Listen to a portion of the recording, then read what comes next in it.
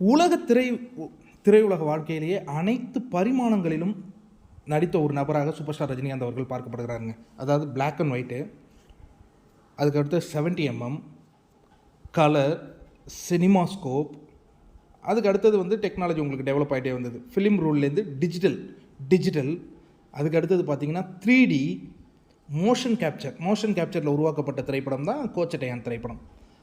இப்போ டெக்னாலஜி அடுத்த லெவலை நோக்கி போயிட்டுருக்கு. இன்றைக்கி எல்லா இடமும் ஏஐ அப்படின்னு தான், ஆர்டிஃபிஷியல் இன்டெலிஜென்ஸ் அப்படிங்கிறாங்க. சில வீடியோக்கள்லாம் வருது, இது உண்மையான வீடியோவா இல்லை அப்படிங்கும்போது இது ஏஐயால் ஜென்ரேட் பண்ணது அப்படின்னு சொல்கிறாங்க.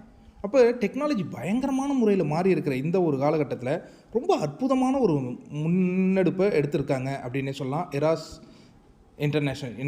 யூனிவர்ஸ், அது சௌந்தர்யா ரஜினிகாந்த் இயக்கிய கோச்சடையான் திரைப்படம். இது மோஷன் கேப்சரில் உருவாக்கப்பட்ட திரைப்படம். இந்த திரைப்படத்திலே பார்த்தீங்கன்னா சூப்பர் ஸ்டார் ரஜினிகாந்த் அவர்கள், தீபிகா படுகோனே, சரத்குமார், நாகேஷ் அவர்கள், அதுக்கடுத்தது பார்த்திங்கன்னா நாசர், அதுமாதிரி பல கலைஞர்கள் இந்த படத்தில் ஒர்க் பண்ண அந்த காட்சிகள்லாம் பார்த்தோம். சூப்பர் ஸ்டார் ரஜினிகாந்த் அவர்களே டூயல் ரோல் பண்ணியிருப்பாங்க.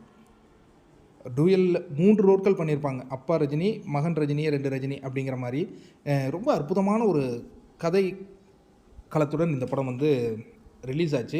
ஆனால் அந்த மோஷன் கேப்சர் வந்து நிறைய ஆடியன்ஸ்க்கு அந்த நேரங்களில் அது சரியாக சென்றடையாததுனால ஒரு மிகப்பெரிய வெற்றி அப்படின்னு நம்ம கண்டிப்பாக சொல்ல முடியாது.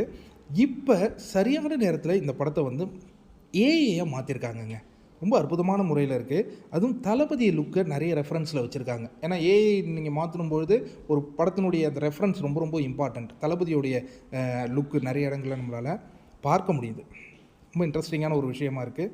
இப்போ இந்த படத்தினுடைய ஏன்னா இது வந்து ரவிக்குமார் இன்டர்வியூ ஒரு முறை கொடுக்கும்போது அவர் தான் திரைக்கதை அவர் என்ன சொல்லியிருந்தாருன்னா, இதை நாங்கள் மோஷன் கேப்சரில் எடுக்கிறதுக்கு நிறைய எடுத்திருந்தோம் அப்படிங்கிற மாதிரி விஷயங்கள்லாம் சொல்லியிருந்தாங்க. இப்போ அந்த கோச்சடையானில் ஒரு சில விஷயங்கள்லாம் இருக்கும், அதெல்லாம் கரெக்டாக ரெக்டிஃபை பண்ணி ரிலீஸ் பண்ணுவாங்களா அப்படிங்கிற அந்த எதிர்பார்ப்பும் இருக்குது. ஒரு சின்ன சாம்பிள் தாங்க ரிலீஸ் பண்ணியிருந்தாங்க. அதுக்கே மிகப்பெரிய வரவேற்பு கிடச்சிருக்கு. இந்த படம் எப்போ ரிலீஸ் ஆகும் அப்படிங்கிற தகவல்லாம் இப்போ இல்லை.